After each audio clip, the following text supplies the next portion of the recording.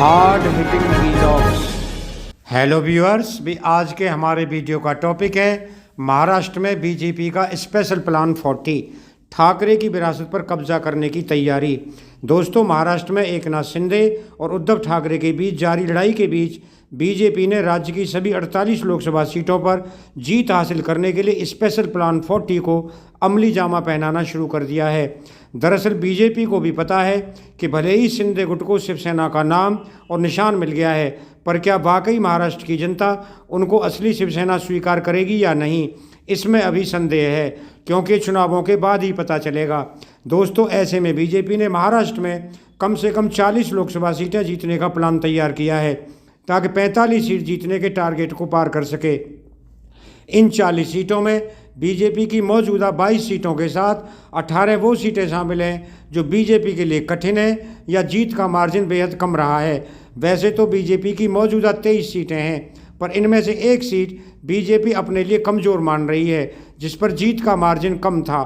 BJP ने इन सीटों पर जीत की जिम्मेदारी अपने केंद्रीय मंत्रियों को दी है। इसके अलावा अमित शाह, जेपी नड्डा समेत अन्य वरिष्ठ मंत्रियों के इन सीटों पर दौरे तेज होंगे। इसके अलावा पीएम मोदी के भी इन सीटों के इर्द गिर्द सरकारी कार्यक्रम कराने की तैयारी है। महाराष्ट्र दौरे के दौरान लोकसभा की सभी 48 सीटें जीतने का टारगेट लेकर अमित शाह ने अपने इरादे जाहिर भी कर दिए हैं। इस लक्ष्य को हासिल करने के लिए बीजेपी ने उन 18 सीटों के लिए स्पेशल प्लान तैयार किया है जो उसके लिए काफ़ी कमज़ोर हैं। बीजेपी ने राज्य की कुल 48 सीटों में से जिन 18 कमज़ोर सीटों को लेकर स्पेशल प्लान बनाया है, उनमें 4 सीटों पर एनसीपी, 3 पर उद्धव ठाकरे गुट और एक सीट पर कांग्रेस और ओवैसी की पार्टी, यानी 9 सीटों पर विपक्षी दलों का कब्जा है। बाकी बची सीटों में से 8 सीटों पर शिंदे गुट और 1 पर स्वयं बीजेपी का कब्जा है। इन 18 सीटों में शरद पवार के परिवार का गढ़ बारामती भी शामिल है, जहां से वर्तमान में सुप्रिया सुले सांसद हैं।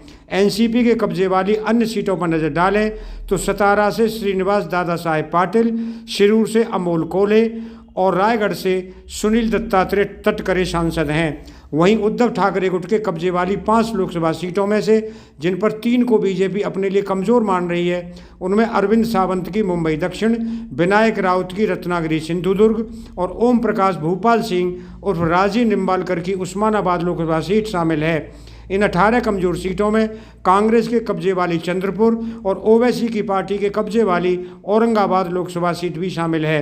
बीजेपी अपने सहयोगी शिंदे गुट के कब्जे वाली 13 लोकसभा सीटों में से जिन 8 लोकसभा सीटों को अपने लिए कमज़ोर मान रही है, उनमें कल्याण संसदीय क्षेत्र भी शामिल है, जहां से वर्तमान में राज्य के मुख्यमंत्री एकनाथ शिंदे के बेटे श्रीकांत शिंदे सांसद हैं। मुंबई दक्षिण मध्य से शिंदे गुट के संसदीय दल के नेता राहुल रमेश शिवाले, बुल्ढाणा से शिंदे गुट के प्रताप राव जाधव, हिंगोली से हेमंत पाटिल, पालघर से राजेंद्र गावित, शिरडी से सदाशिव लोखंडे, हाथकड़ंगले से संभाजीराव माड़े और कोल्हापुर से संजय सदाशिवराव मांडलिक सांसद हैं। इन सीटों पर भी बीजेपी खास तैयारी कर रही है।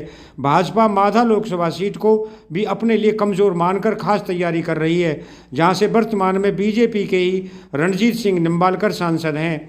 महाराष्ट्र में चुनाव आयोग द्वारा एकनाथ शिंदे को असली शिवसेना करार देने और पार्टी का चुनाव चिन्ह भी मिल जाने के बाद अब बीजेपी ने शिवसेना के संस्थापक और हिंदुत्व के बड़े चेहरे माने जाने वाले स्वर्गीय बाला साहब ठाकरे की विरासत पर भी दावेदारी जताने की तैयारी शुरू कर दी है। दरअसल देश भर में हिंदुत्व का झंडा बुलंद करने वाली बीजेपी को महाराष्ट्र में हिंदुत्व की राजनीति के आइकॉन माने जाने वाले बाला साहब ठाकरे की विरासत पर कब्जा जमाने के लिए हिंदू मतदाताओं को अपने पक्ष में और जोर शोर से लामबंद करना पड़ेगा। इसके साथ ही बीजेपी शिंदे गुट की भी कई सीटों पर खास तैयारी कर रही है, ताकि उनकी दावेदारी में कोई कमी ना रहे। इसलिए शिवसेना के नाम और चुनाव चिन्ह पर कब्जे के बाद अब बीजेपी एकनाथ शिंदे के साथ मिलकर शिवसेना के हिंदू वोट बैंक पर कब्जा जमाने की तैयारी कर रही है, क्योंकि महाराष्ट्र के नतीजे के दूरगामी प्रभाव होने हैं। दोस्तों, दरअसल भाजपा अपने स्तर पर 40 लोकसभा सीटों पर खास तैयारी कर रही है ताकि गठबंधन में ज़्यादा से ज़्यादा सीटों पर अपनी दावेदारी जता सके और सहयोगी एकनाथ शिंदे के साथ मिलकर 48 सीटों पर जीत का लक्ष्य हासिल कर सके। दोस्तों, अगर आपको ये वीडियो पसंद आया हो तो चैनल को सब्सक्राइब करें, वीडियो को लाइक करें, ज़्यादा से ज़्यादा शेयर करें। आप लोगों का बहुत बहुत धन्यवाद। Thank you very much.